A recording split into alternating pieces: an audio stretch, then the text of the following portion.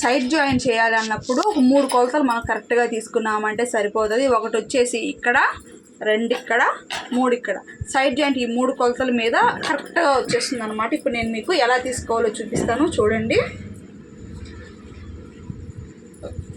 First మనం తీసుకోవాల్సింది వచ్చేటప్పటికి హ్యాండ్ దగ్గర, ఫస్ట్ కొలత హ్యాండ్ దగ్గర మనం తీసుకుంటున్నాం. చూడండి ఇక్కడ ఈ విధంగా ఇది ఎంతైతే ఉందో కుట్టుకాడికి ఈ 3 కొలతల మీద బ్లౌజు సైడ్ జాయింట్ అనేది ఆధారపడి ఉంటుంది. ఇక్కడికి ఒకటి, నెక్స్ట్ 2 చంక దగ్గర ఇక్కడ కరెక్ట్గా మీరు పట్టుకోవాలి. ఈ విధంగా కరెక్ట్గా ఇక్కడ ఇది కరెక్ట్గా ఇలా పట్టేసుకొని ఈ కుట్టు ఎక్కడికి ఉందో అక్కడికి ఒక మార్కింగ్ వేసేసుకోండి.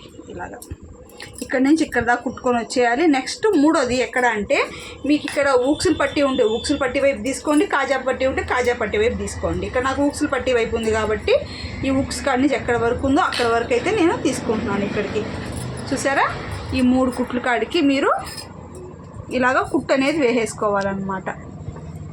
ఇంతే. ఈ విధంగా మనం సైడ్ జాయింట్ అనేది చేసుకున్నాము అంటే మనకి కరెక్ట్గా వచ్చేస్తుంది. ఓకేనా? నచ్చితే లైక్ చేయండి.